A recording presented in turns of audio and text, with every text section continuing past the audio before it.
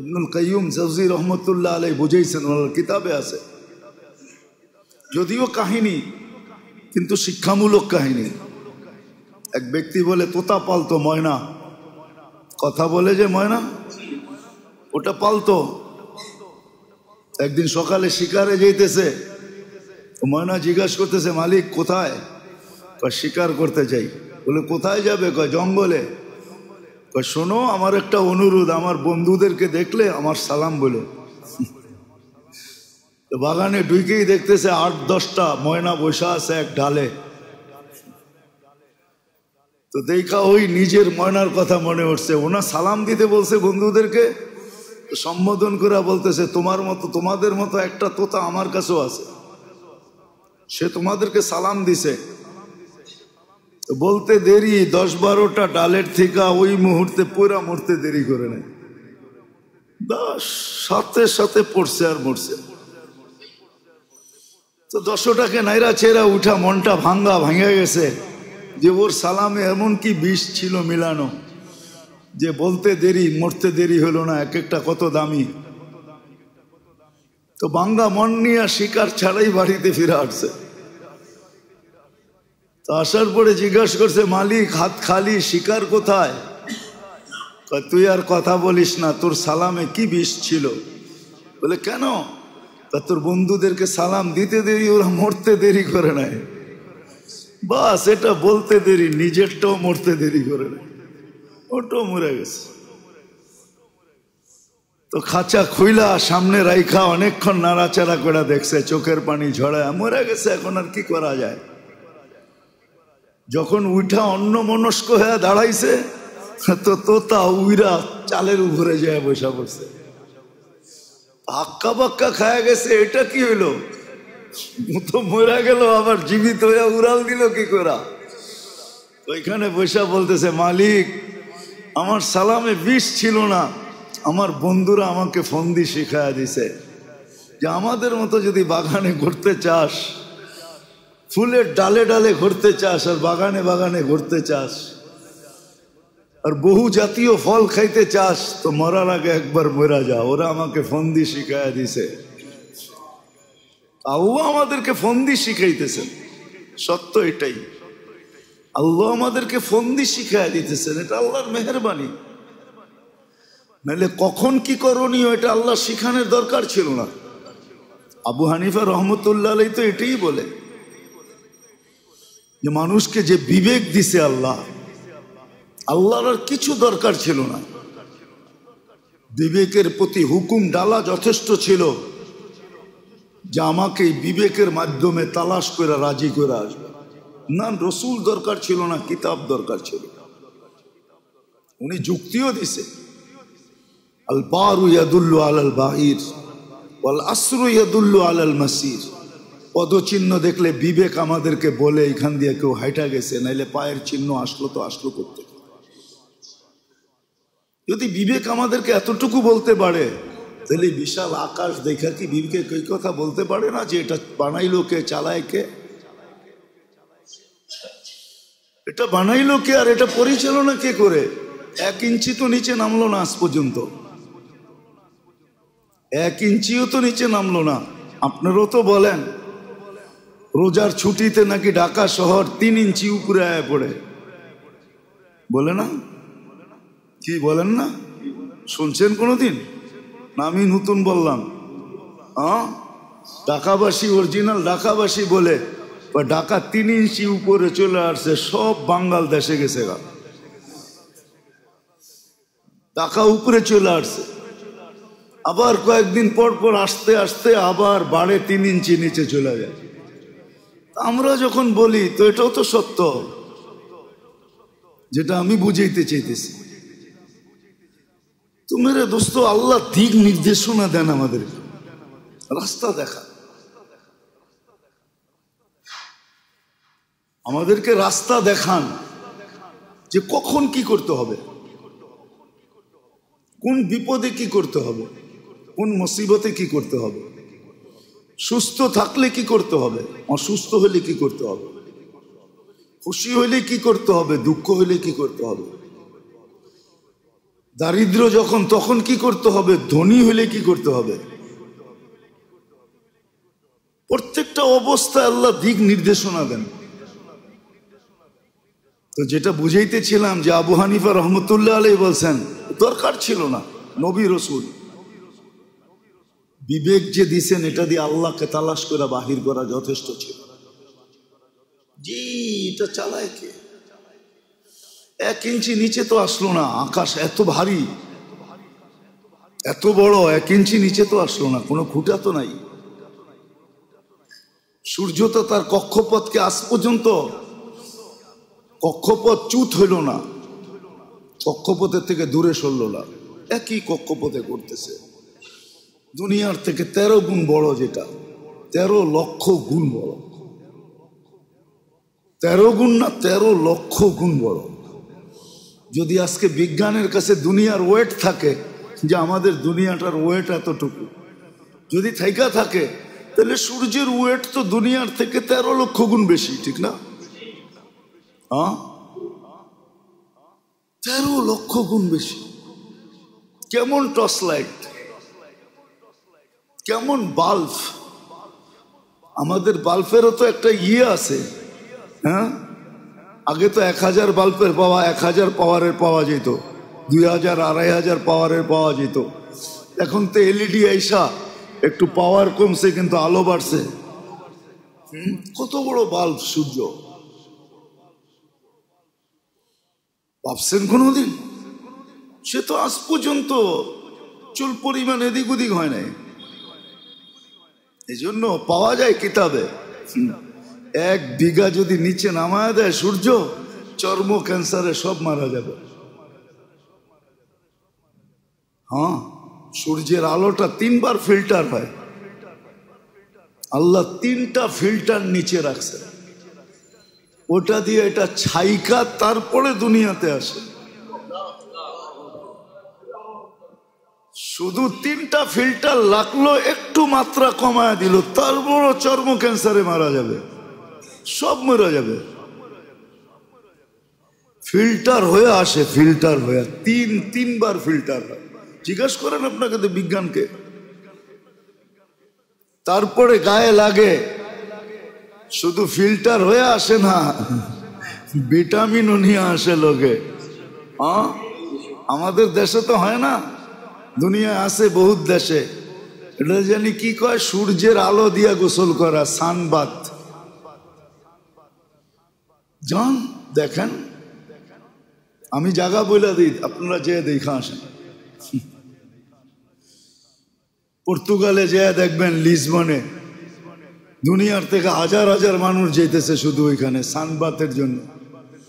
যা দেখবেন বালুর উপরে চিত্ত হয়ে পড়ে আছে। হ্যাঁ হ্যাঁ, সত্য এটাই। এটাতে বলে ভিটামিন কি থাকে, কি ভিটামিন বি ডি। বা মাশাআল্লাহ, বিল দিছেন কত আজ পর্যন্ত? হ্যাঁ, বিনা বই বললাম না, ফ্রি সার্ভিস। ভিটামিন ডি দিতেছে, ফ্রি সার্ভিস, ঠিক না? কেননা ইউরোপ ওয়ালাদের তো চামড়া ঠিক না, সব চামড়া আল্লাহ চামড়া সুন্দর দিছে, সবচেয়ে বেশি চামড়া সুন্দর দিছে এশিয়া আলাদেরকে। এশিয়া আলাদের ডেলি সেজদায় পড়ে থাকা দরকার। হ্যাঁ, জানেন না আপনি? খালি দূরের থেকে সাদা দেখেন দেখি, সবচেয়ে খারাপ চামড়া দিছে আল্লাহ ইউরোপ ওয়ালাদেরকে, খালি সাদা দেখা যায়। হ্যাঁ, নেটে সার্চ দিয়ে দেখেন। এই যদিও তো ওদের সানবাদ করতে হয়। আল্লাহ সবচেয়ে সুন্দর চামড়া দিছেন এশিয়া আলাদেরকে। তাদেরকে এশিয়া আলাদেরকে সবচেয়ে সুন্দর চামড়া। হ্যাঁ, মনে হয় যে অটো তেল লাগাই দিছে। হ্যাঁ, বিশ্বাস হয় না? হ্যাঁ, কি তেল লাগানো না? কি তেল লাগাইছেন বাড়ির থেকে? দেখেন চেহারা সবাই তেল তেলে দেখা যায়। এই চামড়া আল্লাহ এশিয়া ছাড়া কোথাও দেয়নি। আমাদের তো ডেলি সেজদায় পড়া দেখা দরকার চামড়ার জন্য। দুনিয়ার লোশন আমাদের জন্য আসে না, ওদের জন্য আসছে ব্যবহার, যদিও আমরা করি। আমাদের লোশনের দরকার নেই, আমাদের লোশনের দরকার নাই। একটু সিস্টেম মানলেই হবে। বরং আপনার শরীর থেকে লোশন বাহির হবে, ওরা আপনার চামড়ার সাথে আসিয়া কয়সা কয়সা লোশন লাগাবে। হ্যাঁ, কেন বিশ্বাস হয় না? আপনি দেখেন, আপনার নাকের উপরে সবসময় তেল থাকে, তেল। অনেক মানুষ টাকা গনে, এরকম নাকের ভিতরে হাত লাগায় পড়ে আবার টাকা গনে। হ্যাঁ, বিশ্বাস হয় না আপনার? আমার কথা নিয়ে আশ্চর্য হন কেন? নাকে এরকম দইরা তারপরে টাকা গনে, পানি যদি না থাকে, কেন তেল আছে নাকে দিয়ে, সারাদিন তেল বাহির হয় শিয়ালাদের। দুনিয়ার কোথাও, আমি তো ঘুরা বলতেছি না, ঘুরা না। আল্লাহ সবচেয়ে সুন্দর চামড়া দিছে শিয়ালাদেরকে। এদের উচিত 24 ঘন্টা সেজদায় পড়ে থাকা, তাইলেও শুকরিয়া আদায় হবে না। তো যেটা বুঝাইতেছিলাম, আল্লাহ দিক নির্দেশনা দেন আমাদের কখন কি করবে। এই জন্য বুদ্ধিমানের কাজ শিখা, শিখা। হ্যাঁ, যদি বস্তু দিয়া প্রতিরোধ করতে চাই বা প্রতিবাদ করতে চাই বা এটাকে দূর করতে চাই, ওটারও প্রমাণ আল্লাহ দিয়েছেন যে বস্তু দিয়া দূর করা সম্ভব না। শত প্রমাণ দেওয়া যায়। করুণার আতঙ্ক এখনো মানুষের দিলের থেকে যায় না, গেছে নাকি? কত প্রতিরোধ করবেন আপনি? করুণা চাইতে না চাইতে আয়া পড়ছে ডেঙ্গু, ঠিক না? মধ্যখানে আইছিল চিকেন গুনিয়া, ঠিক না? না জানি কত কত নাম আসবে। আল্লাহ রসুলের কথাই সত্য যে একদিন আসবে, এমন এমন রোগ আসবে নাম পর্যন্ত খুঁজে পাবে না তোমরা, যে এটার নাম কি দিমু। আর নাম দেওয়ার সুযোগও পাবে না, কেননা আসবে আর মরবে, নাম দেওয়ার সুযোগ পাওয়া যাবে না। আর কেন হবে এটাও বলে দিছেন।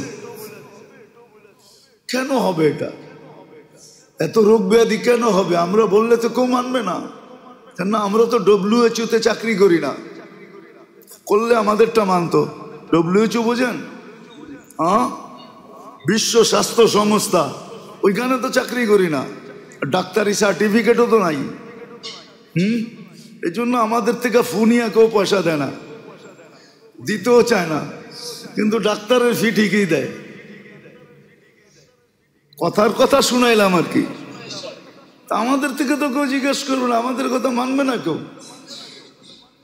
আর আল্লাহ রসুল এটাই বলছেন, অবাধ মিলামেশা যখন শুরু হবে তখন নতুন নতুন রোগ আসবে দুনিয়াতে, যেটা নিয়ে তোমাদের বিবেক বুদ্ধি বিদ্যা সব হার মাইনা যাবে, ফেল হয়ে যাবে। 1400 বছর আগে বলে গেছে যে ব্যাপক মিলামেশা যখন হবে, অবাধ মিলামেশা যখন হবে, তখন এরকম এরকম রোগ আসবে যে তোমরা নামও দিতে পারবে না। তোমরা হার মাইনা যাবে, তোমাদের বিবেক হার মানবে, বুদ্ধি হার মানবে, বিদ্যা হার মানবে, সব হার মাইনা যাবে, হার মাইনা যাবে সব। সত্য এটাই। মুসলমান তো আসলে ভাবেও না। একটা উদাহরণ দিই, আপনি বলেন এডসের রোগ মুসলমান দেশে বেশি না গায়রে মুসলিম দেশে বেশি?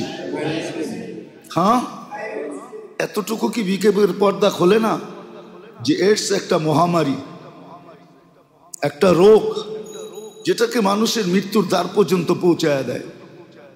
এটার কোনো মেডিসিন এখনো আসে নাই।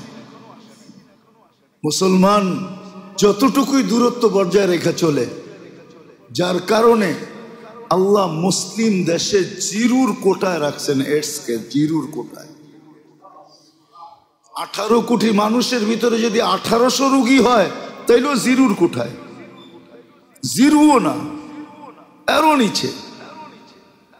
এতটুকু বিবেকের পর্দা খোলে না যে হুজুরগো কথার কারণে, বলার কারণে, আঙ্গুল উঠানোর কারণে, বুঝানোর কারণে, অবাধ মিলামেশার থেকে দূরে থাকার কারণে এই একটা মহামারীর থেকে আমরা বেঁচে আছি।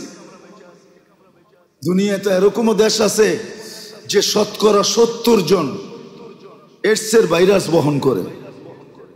নাই? মনে হয় জানেন না আপনারা। নেটে সার্চ দেন, পাবেন, আফ্রিকার দেশে আছে। করোনার কয়জন মারা যায়?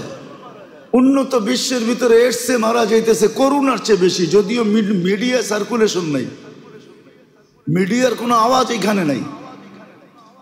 করোনার চেয়ে বেশি মারা যাইতেছে এইডসে, আর এটা হইতেছে শুধু অবাধ মিলামিশার কারণে। আয়, আমরা কি আপনাদেরকে বাঁচাইতে চাই না মারতে চাই? তাহলে হুজুরদের উপরে আঙ্গুল উঠান কেন? আমরা তো বাঁচাইতে চাই, আমরা তো মঙ্গল চাই, অমঙ্গল চাই না। আমরা তো চাই সবাই ভালো থাকুক, খারাপ না থাকুক। আমরা তো চাই যার ঘরে ভাত না থাকুক সেও সুখে থাকুক, যার ঘরে আছে সেও সুখে থাকুক। দুনিয়া তো এটা চায়, যার ঘরে নাই ও দুঃখী, যার ঘরে আছে ও দুঃখী। কেমন দুঃখী? নিজের পিস্তল নিজে মাথায় রেখা বুঝাইতেছে আমি কেমন দুঃখী।